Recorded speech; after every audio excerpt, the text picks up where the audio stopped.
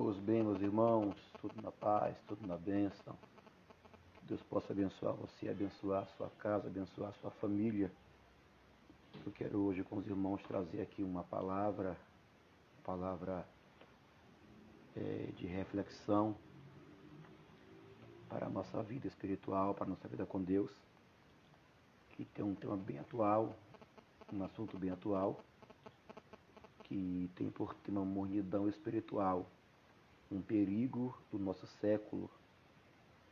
E, irmãos, com base nesse texto, essa palavra, eu quero, no dia de hoje, sexta-feira, alertar a igreja para um dos sintomas no qual tem adentrado muitos templos, muitos corações.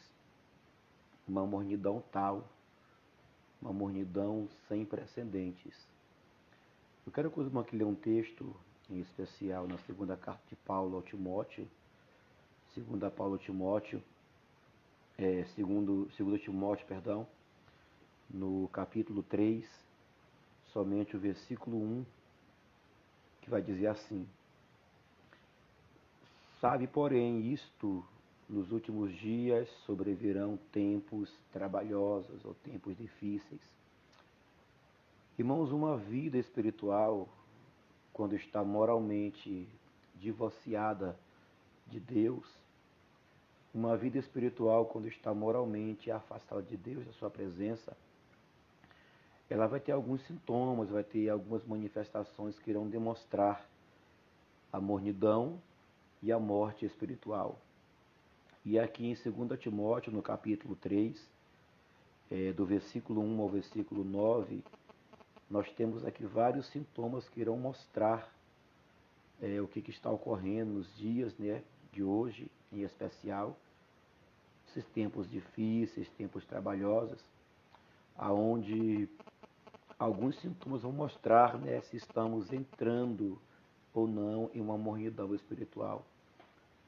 Quando Paulo ele pega esta carta e escreve a Timóteo, aqui no capítulo 3 ele escreve para a igreja, ele fala sobre a igreja. Tem muitos que acham, não, esses homens que são egoístas, homens que são avarentos, que são arrogantes, blasfemadores, desobedientes, ingratos, irreverentes, desafeiçoados, implacáveis, caluniadores, sem domínio de si, cruéis, inimigos do bem, traidores, atrevidos, enfatuados, mais amigos dos prazeres do que amigos de Deus, Isso aqui não são os ímpios. Paulo escreveu esta carta a falar para Timóteo sobre a igreja, o que haveria na igreja futuramente. E tudo que aqui no capítulo 3 de 2 Timóteo, todos aqui esses sintomas que aqui nesse texto estão escritos, eles vão relatar uma mornidão espiritual. E lá em Apocalipse capítulo 3, do versículo 14 ao versículo 21, também temos uma carta onde o próprio Cristo envia para o anjo de uma igreja chamada Laodiceia. E nesta carta que Cristo manda para esse pastor da igreja, ele diz assim, que a igreja se encontra morna, não se encontra nem fria e nem se encontra quente, está morna. Bom seria se fosses frio ou se fosses quente, mas és morno. Eu quero que os irmãos hoje, nesta live, alertar a igreja, alertar os irmãos, alertar lideranças, alertar membros, congregados, para que nós não venhamos entrar numa mornidão espiritual, irmãos. Estamos correndo um sério risco de entrarmos numa mornidão espiritual. Se nós não tivermos cautela, obediência à palavra de Deus, observância à palavra de Deus e seguir ela, obedecer ela, o homem corre um sério risco em entrar em uma mornidão espiritual. Quando tanto Paulo como também Cristo, ao falar alguns sintomas que pode levar o crente, levar o ser humano à morte espiritual, eles falaram não para poder o homem continuar no processo de morte, mas para que ele viesse sair deste cativeiro espiritual. Porque nós temos muitos crentes hoje que estão em uma sepultura, irmãos. Estão em uma sepultura espiritual. Não tem força para levantar, não tem força para reagir, não tem força para lutar. E Deus não te quer assim. Deus não te quer um crente morno. Deus não te quer um crente morto espiritualmente. Deus não te quer somente aos domingos, somente uma vez por mês, não. Deus quer você por completo. Tem muito crente que está hoje em uma mornidão espiritual e quer com Cristo somente uma vivência como se fosse com um amante, não com um noivo. Porque o amante, nós temos ele, nós temos o amante para finais de semana. Tem muito crente que está vivendo numa mornidão espiritual, que quer viver com Cristo somente uma vivência de um final de semana, uma vivência de uma vez por mês. Não tem mais vida com Deus, não tem mais prazer com Deus, não tem mais comunhão com Deus. É sintomas de uma mornidão espiritual. Note isto. Aqui em Apocalipse 3, no versículo de número 15, fala assim: eu sei as tuas obras, que nem és frio e nem quente. Tomara que foras frio ou quente. Assim, porque és morno e não és frio e nem quente, vomitar-te-ei da minha boca, como dizes, rico sou, estou enriquecido, de nada tenho falta, e não sabes que és um desgraçado, um miserável, um pobre, um cego e nu. Aconselho-te que de mim compres ouro provado pelo fogo, no fogo, para que te enriqueças, e vestes brancas para que vistas, e não apareça a vergonha da tua nudez, e que unjas os olhos com colírio, para que vejas. Ou seja, irmãos, por causa da sua prosperidade material, Laodiceia, ela parecia estar viva, parecia estar vivendo um tempo de grande bênção. Todavia, é severamente repreendida por Jesus. Ao olhar humano, era uma igreja próspera. Ao olhar humano, era um povo próspero. Ao nosso olhar humano, era um povo que tinha tudo materialmente. Mas espiritualmente, no olhar de Deus, eles não tinham nada. Irmãos, quantos dos nossos dias de hoje vivem uma vida de aparência, somente de aparência? Não tem vida com Deus. Talvez tenha uma vida de prosperidade, uma vida bem-sucedida profissionalmente, mas espiritualmente a vida é uma vida pobre, é uma vida miserável, uma vida que não tem mais vida em si com Deus. Então Cristo, ele conhecia e ele conhece a igreja. Jesus conhece o nosso coração, ele conhece as nossas obras, ele conhece as nossas práticas, ele conhece o nosso proceder, o nosso pensamento. Assim como lá em Laodiceia ele falou, eu sei tuas obras, que não és frio e nem és quente. Tomara que fosses frio ou que fosses quente. Olha a situação que chegou a esta igreja, irmãos. Deixou-se entrar na igreja, deixou-se entrar no coração uma mornidão tal.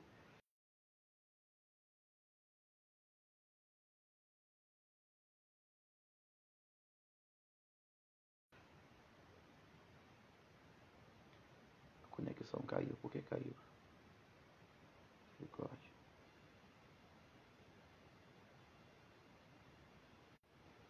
Que o próprio Cristo, aqui que a conexão rapidinho aqui, deu aqui no sistema, mas voltou, né? Voltou. O próprio Cristo ameaça, né? Ele fala, eu vou te vomitar da minha boca, eu vou te jogar para fora, eu vou te expelir do meu corpo. E esta é uma situação de muitas igrejas, muita liderança, muitos crentes. Estão em uma mornidão espiritual, onde Cristo diz, eu vou te arrancar do meu corpo, tu não farás parte do meu corpo. Isso é forte, irmãos, né? Olha só, porque és morno, eu te vomitar-te-ei da minha boca. O que isso quer dizer? O que é ser um crente morno? O crente frio, ele não vai mais demonstrar interesse pelo reino de Deus, porque está comprometido com o mundo. Isso é o crente frio. Diz Cristo em Mateus capítulo 24, versículo 12. E por multiplicar a iniquidade, o amor de muitos esfriará. Então, um crente frio não tem nenhum compromisso com o reino de Deus. Mas aqui no texto, o que vai significar ser um crente morno, este é o tema central, irmãos, de nossa live de hoje. A mornidão espiritual e a receita que Jesus prescreve para poder combater esta mornidão. O nosso mestre amado no texto, ele não só mostra o problema, mas mostra um meio de sair deste problema. Ele não só mostra a situação, ele não só mostra o problema em si, mas mostra no texto a receita para poder sair deste problema. Vamos lá. Aqui no versículo 14 de Apocalipse, capítulo de número 3, aleluia, vai falar assim o texto. E ao anjo da igreja, aqui no texto, em Laodiceia escreve, olha só, o Senhor dirige a sua mensagem, primeiramente não para os crentes laodicenses, não, mas ao anjo da igreja, ao pastor daquela igreja. Porque o pastor ele é o responsável pelo estado espiritual da igreja. O pastor é o responsável pela maneira como está a igreja vivendo espiritualmente. Existe uma frase, né, que diz assim: quando o pastor ele senta, a igreja deita. Quando o pastor deita, a igreja dorme. Quando o pastor dorme, a igreja morre. Olha só. E quando o pastor morre, a igreja acaba. Então o pastor ele é o responsável pela vida espiritual da igreja. Isto não vai anular, né? Claro, que também os membros têm uma responsabilidade diante de Deus. Sabe por quê? Vamos ver aqui, ó. Cada um de nós, como membros da igreja, nós temos com Deus uma responsabilidade. Abre a sua Bíblia em Romanos no capítulo 14, em especial no versículo 12, onde Paulo mostra que também cada um dos crentes, eles têm uma responsabilidade pessoal com Deus. Romanos capítulo 14, no versículo 12, vai falar assim, da seguinte maneira: assim, pois, cada um de nós dará conta de si mesmo a Deus. Não adianta eu querer culpar o pastor, querer culpar o ministério, querer culpar o irmão por minhas falhas. Não adianta eu querer culpar a esposa, culpar o pregador, o cantor por minhas falhas. Cada um de nós irá prestar contas diante de Deus da nossa mornidão espiritual. Bem certo é que a liderança, que o ministro do evangelho, que o pastor, ele tem a incumbência, ele tem a responsabilidade pelo estado espiritual da igreja. Quanto ao pastor, além de prestar conta de si mesmo ao Senhor, ele também irá em relação à igreja que Jesus lhe confiou, né? Olha só, em Hebreus no capítulo 13, em especial no versículo 17, nós temos um alerta para os membros, para os crentes de um modo geral e para os pastores, que fala assim: obedeci aos vossos pastores e sede submissos para com eles, pois velam por vossa alma, como quem deve prestar contas, para que façam isso com alegria e não gemendo, porque isso não aproveita a vós outros. Então, ou seja, meus irmãos, a mornidão espiritual da igreja também é uma responsabilidade do pastor combater ela. De que maneira? Através de ensino bíblico, através de oração, através de jejum, de consagração, de testemunho, né? Para podermos eliminar na igreja a mornidão espiritual, um trabalho em conjunto, mas parte da liderança, parte do pastoreio, parte de quem lidera aquela igreja, para poder aquele que lidera, ele venha ensinar a igreja no caminho em que deve andar. Jesus Cristo, aqui no texto, de Apocalipse 3, versículo 14, parte B, ele vai se apresentar à igreja da seguinte maneira: isto diz o Amém. Olha que interessante. Isto diz o Amém. Para a igreja morna, Jesus se apresenta, né? Ele vai se apresentar como o Amém, ressaltando a fidelidade e a verdade divina. Olha só, a igreja de Laodiceia, ela não tinha firmeza de propósito. Era uma igreja vacilante, uma igreja sem poder. Eles não tinham propósitos, né? A ela Jesus ele vai apresentar, né, como a testemunha fiel e verdadeira.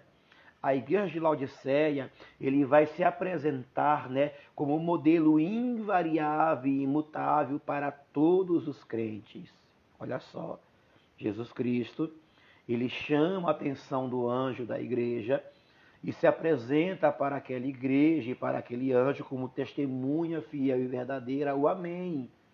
Né? Aquele que é invariável, que não tem variação de mudança, aquele que é imutável, né? Testemunha fiel e verdadeira, aquele que é imutável para todos os crentes de todas as épocas. Olha só, lá em Hebreus capítulo 4, versículo 15, na parte A do versículo, temos também aqui um texto que nos mostra, que vai nos mostrar que Jesus Cristo, ele é um modelo invariável, que não tem mudança. Ele é um modelo imutável para a igreja de todas as épocas. Aqui, Hebreus capítulo 14, versículo 15, parte A, fala assim: porque não temos um sacerdote que não possa combater de nossas fraquezas, mas antes ele foi tentado em todas as coisas, a nossa semelhança, mas sem pecado. Ele é o nosso modelo de sumo sacerdote, aquele que vai se compadecer por todos nós, e ele é imutável, né? A mornidão de Laodiceia, ela vai mostrar as obras daquela igreja. Olha só que interessante, meus irmãos. Olha só que interessante. Laodiceia, os crentes de Laodiceia, eles viviam de modo desordenado, de modo carnal. Eles viviam de uma maneira autoconfiante em seus próprios recursos naturais. E isso vai tipificar os crentes de hoje. Tem muitos crentes nos dias de hoje que estão mais confiantes no seu braço, em suas riquezas, em seu poder, em seu nome, do que confiança em Jesus Cristo. Eles priorizam o materialismo acima da vontade de Deus. Crentes que priorizam o seu materialismo, que priorizam a prosperidade material, ao invés da prosperidade espiritual, estão vivendo numa mornidão espiritual terrível, irmãos. E isso é um perigo eminente para a nossa salvação, para a tua salvação. Se você hoje se enquadra neste quadro de um crente autoconfiante em seus próprios recursos, em seu intelecto, inteligência, em um crente autoconfiante em si mesmo e que não prioriza a prosperidade espiritual, não prioriza o reino de Deus, então tu estás correndo um sério risco de ser um cristão morno. Não é frio e nem é quente, mas é um cristão morno. E o que isso faz no texto? Eu conheço as tuas obras. Eu sei tuas obras. Jesus Cristo, perante os seus olhos nada está em oculto. Ele conhece as tuas obras, ele conhece as minhas obras, ele conhece os teus pensamentos, ele conhece os meus pensamentos. Nada está oculto aos olhos de Deus. Vamos ver aqui em Marcos, capítulo de número 4, no versículo 22. Nós temos também um texto que nos mostra que tudo que está em oculto há de ser revelado, irmãos. Marcos 4, 22. Fala assim o texto, ouça aqui. Pois nada está oculto, senão para ser manifesto. E nada se faz escondido, senão para ser revelado. Então tudo que está em oculto há de ser revelado. Nada se esconde do olhar penetrante de Deus. Nada se esconde do olhar do Criador. Nada pode fugir do olhar do nosso Deus. Ele diz que Laodiceia não é frio e nem quente, né? Ela tornou-se uma igreja insuportável para Deus. Eu sei que a frase é forte, insuportável para Deus. Irmãos, não seja um crente insuportável para Deus. Não seja um crente insuportável. Não tenha um ministério insuportável. Não tenhas uma vida cristã insuportável. Mas tenha uma vida cristã sadia. Fuja, pelo amor de Deus, da mornidão espiritual. Não deixe que a mornidão domine o teu coração. Não deixe que a mornidão domine a tua vida espiritual, pelo amor de Deus. Tomara que foras frio ou quente, diz o Senhor. É compreensível que o Senhor Jesus Cristo vem desejar uma igreja quente, viva, fervorosa. Mas uma igreja fria, aqui no texto parece um contrassenso, não é? Contrassenso. Isto é explicável se o último estado for pior do que o anterior. Então, para Deus, Deus não quer uma igreja fria, quer uma igreja quente. Mas para quem está na mornidão, para quem está morrendo espiritualmente, para quem está entrando em uma sepultura espiritual. Meu Deus do céu. Isso é incrível em pensar que ainda há muitos nossos dias, irmãos, em nosso meio, que vivem não uma frieza, que vivem não um fervor, mas vivem uma mornidão. Uma mornidão tal esta que tem levado muitos crentes para a sepultura espiritual. E Deus diz, vou vomitar da minha boca, vomitados por Deus, por Jesus. Como crentes, irmão, que nós somos, o crente morno, ele não permite que Deus opere plenamente, segundo a figura usada no Apocalipse. Quando o crente é morno, ele não permite que Deus o domine, que Deus o governe, que Deus opere em sua vida plenamente. O crente morno, ele não dá lugar às obras do Espírito Santo. O crente morno não dá lugar ao fruto do Espírito, mas a sua vida é dominada por frutos de obras da carne.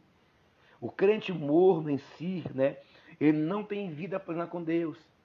Somente quem já se sentiu rejeitado por Deus, pode avaliar como isso é terrível. Davi e Saul, em consequência dos seus pecados, eles passaram por situações de abandono por parte de Deus. Quer ver só? Em Salmos capítulo 51, Salmo 51, perdão, no verso 8 e verso 12, fala da seguinte maneira, Salmo 51, nos versos 8 e no verso 12, nós temos Davi se expressando para Deus da seguinte maneira, só quem sabe, quem já passou por uma, sentiu-se por Deus rejeitado, sabe como é terrível isso aqui, ó, 51:8, ó. Faz-me ouvir o júbilo e alegria, para que exultem os ossos que esmagastes. Olha a angústia de Davi. Aqui no 12. Restitui-me a alegria da tua salvação e sustenta-me com um espírito voluntário. Davi sentiu nesse texto, em sua vida nesse momento, uma separação terrível de Deus. E Deus aqui no texto de Laodiceia, ele vai falar se vocês, pelas suas obras, pelo seu modo de viver, pela sua conduta, eu terei que vomitar vocês da minha boca, expelir vocês do meu corpo, afastar vocês de mim. Irmãos, como é terrível quando o homem experimenta uma separação de Deus. Quando o homem experimenta uma separação do Altíssimo. Quando o Senhor fala com Laodiceia, ele fala com Laodiceia da seguinte maneira: vocês têm obras mais.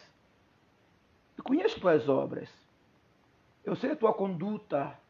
Eu sei o teu coração, sei o teu pensamento. Então, como razão disso, eu vou vomitar vocês da minha boca. Vocês não são frio e nem quente, mas são mornos.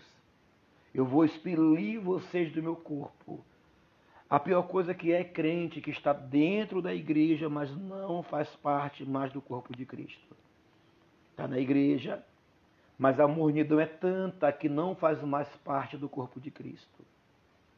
Ele está conosco, mas não é um dos nossos.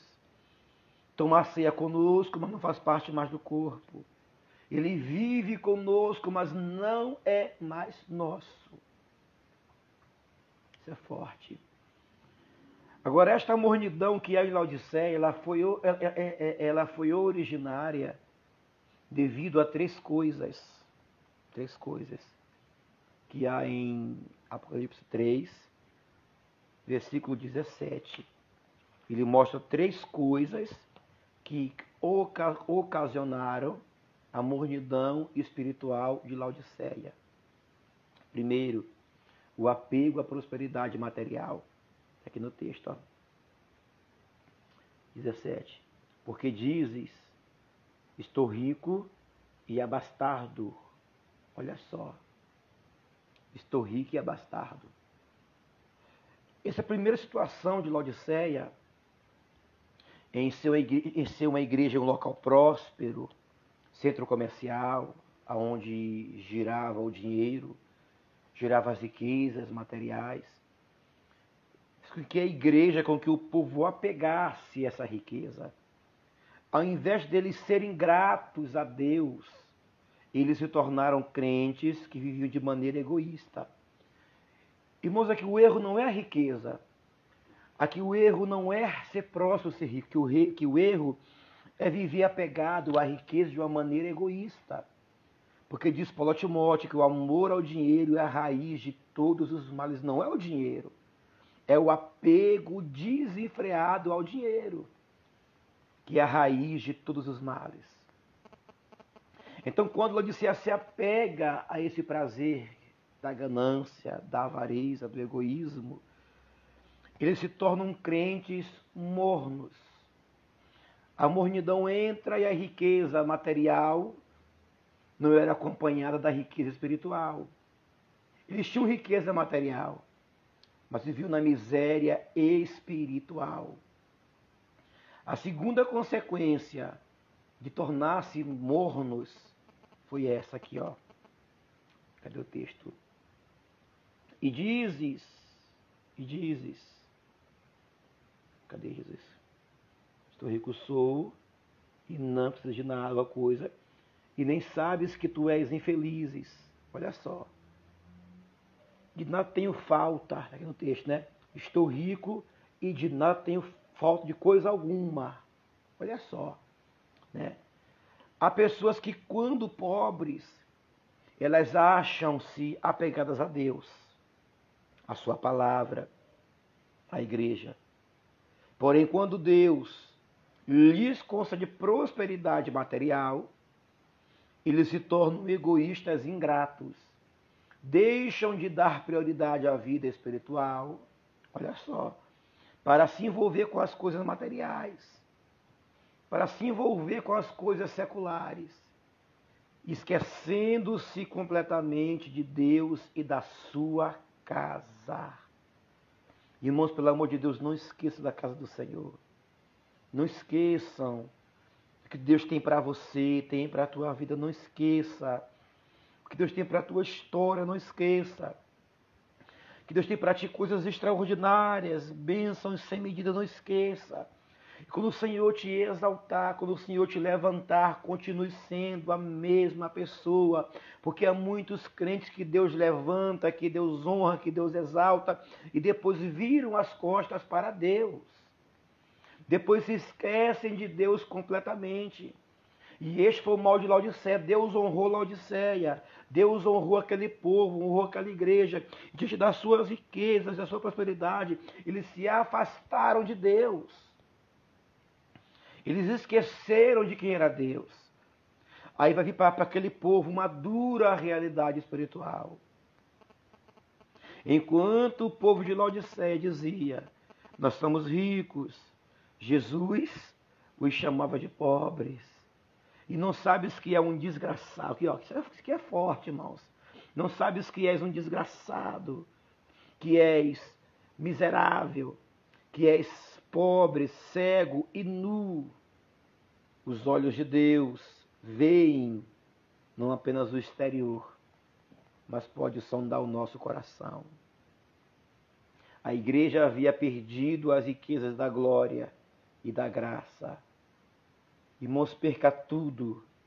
Perca amigos, perca amizades, perca prazeres, perca riqueza, perca tudo. Mas não perca as riquezas da glória celestial. Não perca a riqueza da graça. Não perca a riqueza da graça de Cristo Jesus. A miséria de Deus, a miséria de Laodiceia atraiu a misericórdia de Deus. Porque mesmo sendo um povo miserável espiritualmente, Deus ainda desejou ter com Laodiceia uma comunhão, uma vivência plena. Olha só, vivia em miséria espiritual, mas a solução para aquela miséria espiritual era uma aqui no texto. Aconselho-te que de mim compres ouro refinado pelo fogo, aleluia, para que te enriqueças. Na tipologia bíblica, irmãos, o ouro, ele vai simbolizar a glória de Deus.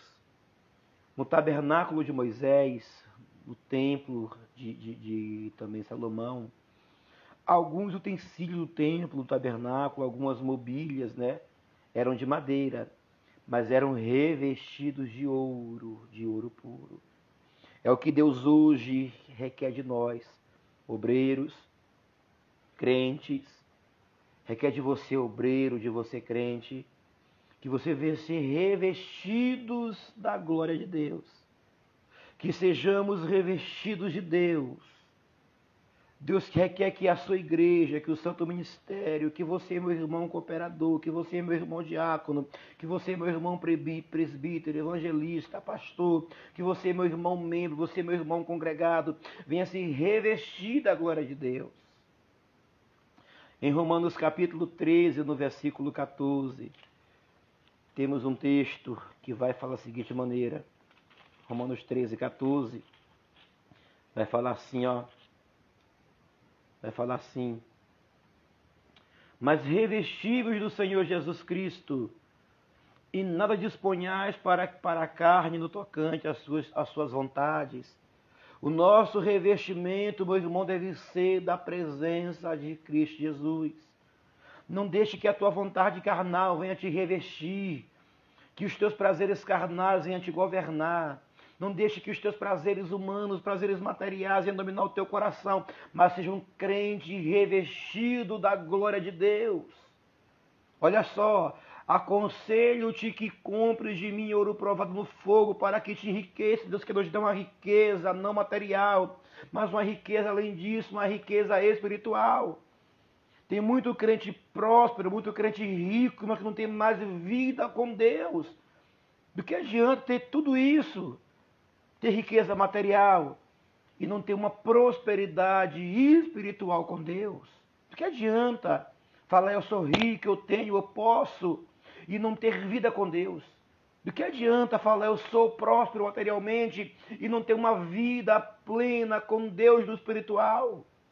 Do que adianta priorizar o mundo, os seus deleites, fantasiar coisas mundanas e não ter prazer em ter vida com Deus? Do que adianta tudo isso? Do que adianta? Deus tem para você o melhor.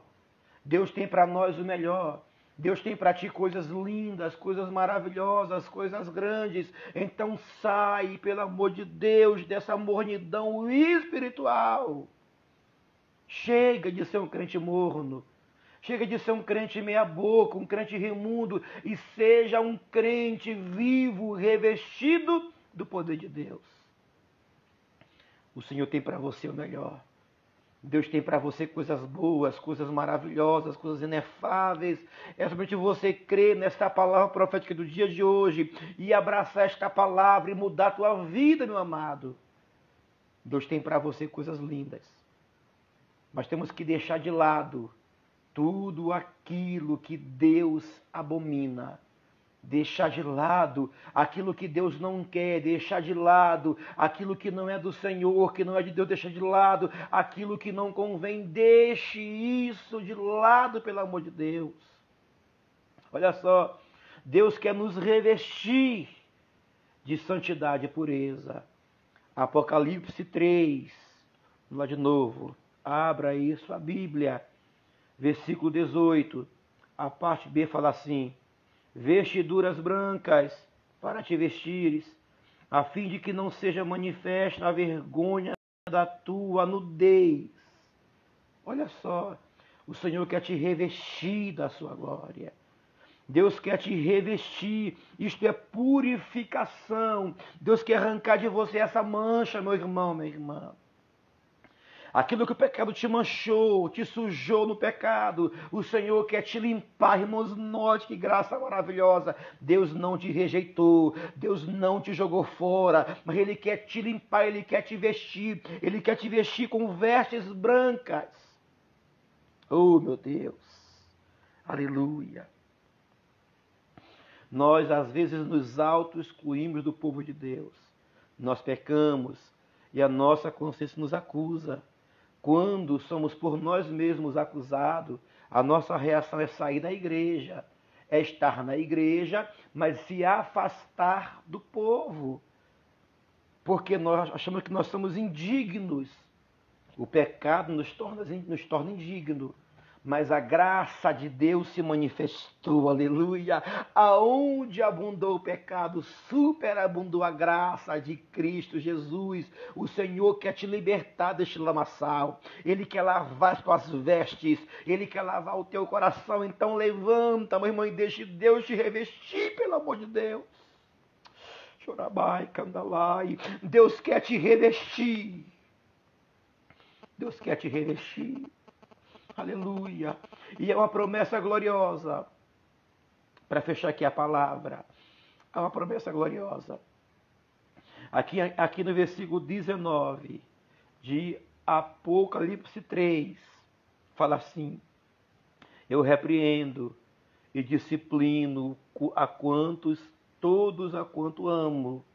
Se, pois, zeloso e arrepende-te. Agora o 20. Eis que estou à porta e bato. Se alguém ouvir minha voz, abrir a porta, entrarei em sua casa, cearei com ele e ele comigo. Deus está do lado de fora querendo entrar. Ele está do lado de fora querendo entrar no teu coração.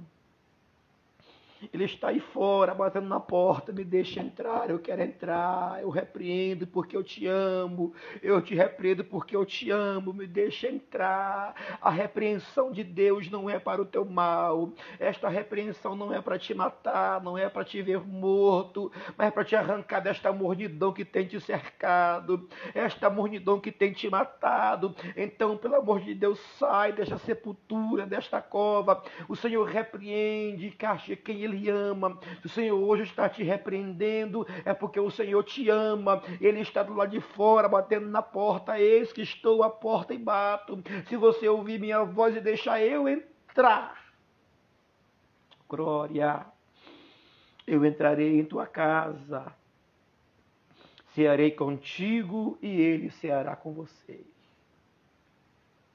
Irmãos, que nessa sexta-feira de hoje, que neste dia de hoje, o Senhor possa te arrancar desta mornidão espiritual. Eu posso te arrancar dessa sepultura espiritual.